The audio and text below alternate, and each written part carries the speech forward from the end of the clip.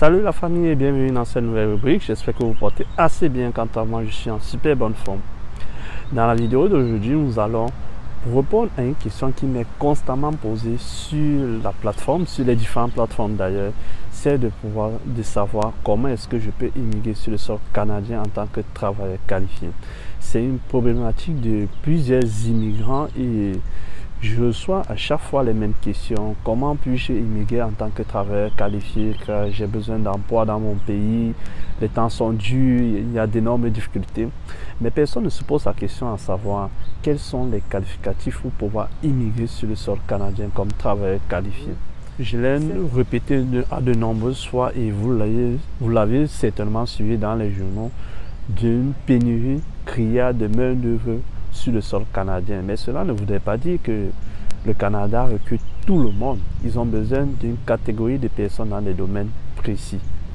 Et je me propose dans cette vidéo de partager avec vous les différentes étapes du recrutement des travailleurs qualifiés sur le sol canadien. Mais avant tout, si c'est la première fois que tu me découvres au travers de cette chaîne, je me nomme William Chatham et sur cette chaîne, nous parlons principalement d'immigration, d'études et d'investissement sur le sol canadien.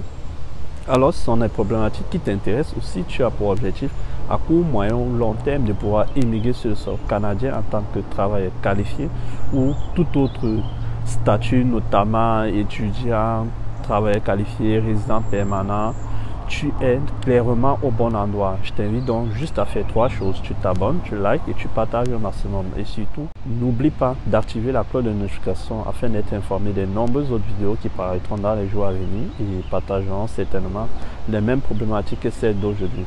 On va se dire après le générique pour plus de détails. Ciao.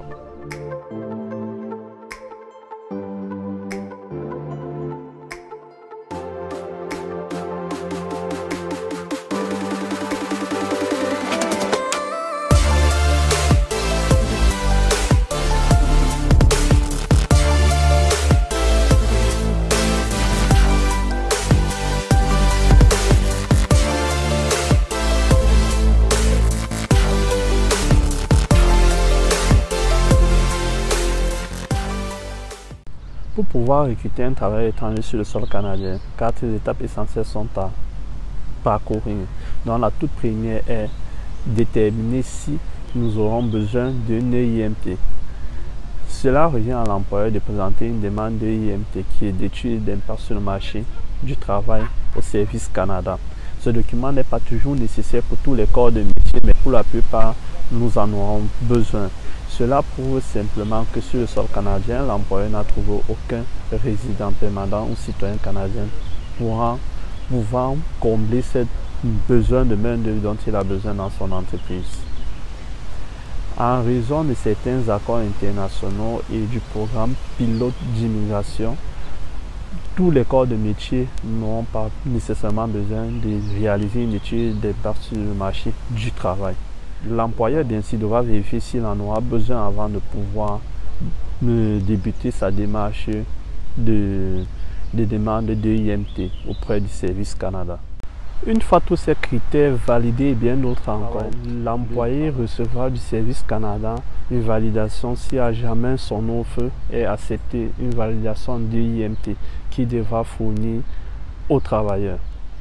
La troisième étape de ce processus revient à l'employeur de pouvoir choisir quel immigrant employer pour pouvoir pallier à son besoin de main-d'œuvre. La deuxième étape étant finie d'achèver auprès du Service Canada, donc l'employeur a reçu une validation de son EIMT. Il devra à présent choisir maintenant l'employé dont il doit recruter pour pouvoir pallier à ses besoins de main-d'œuvre. D'où nous passons à la quatrième étape. La quatrième étape qui demande donc le processus de demande de permis d'études, de permis de travail et de visa de résidence temporaire pour l'employé. L'employé ayant reçu de l'employeur une copie de l'EIMT demandé, avec ce document, il pourra se retourner auprès de l'IRCC, Immigration, Réfugiés et Citoyenneté Canada, pour pouvoir faire une demande de permis de travail et de visa de résidence temporaire. Dans certains cas, et en fonction du corps de métier pour lequel vous postulez et de votre pays de résidence actuel, vous devez réaliser un examen médical avant de pouvoir immigrer sur le sol canadien. Voilà en quelque sorte les 4 étapes résumées. La première étape d'abord qui est de déterminer si vous avez besoin d'un IMT. Ceci revient à l'employeur. La deuxième étape est la demande de IMT qui se fait auprès du Service Canada. Et cela a un certain coût, environ 1000 $, et pour une durée d'étude d'environ 6 mois pour l'étude de validation de cette IMT. Ensuite, on passe à la troisième étape, le choix. L'employeur devra choisir maintenant l'employé qui va répondre aux besoins dont il a besoin et répondant à certaines spécificités dont le Service Canada vous demandera. Et la quatrième étape revient à l'employé de pouvoir réaliser sa demande de permis d'études et son visa de résidence temporaire. Voilà un peu les 4 étapes regroupées et la raison pour laquelle je ne cesse de vous dire sur cette chaîne que trouver un contrat de travail n'est pas évident malgré les nombreuses publications de pénurie de main-d'œuvre et tout ça. On a besoin certes de la main-d'œuvre sur le territoire canadien, mais c'est pour des domaines précis et pour des personnes qui exercent un corps de métier précis avec une certaine expérience dont le Canada en a besoin. Ce n'est pas pour tout le monde, même s'ils ne font que créer pénurie de main-d'œuvre d'emploi.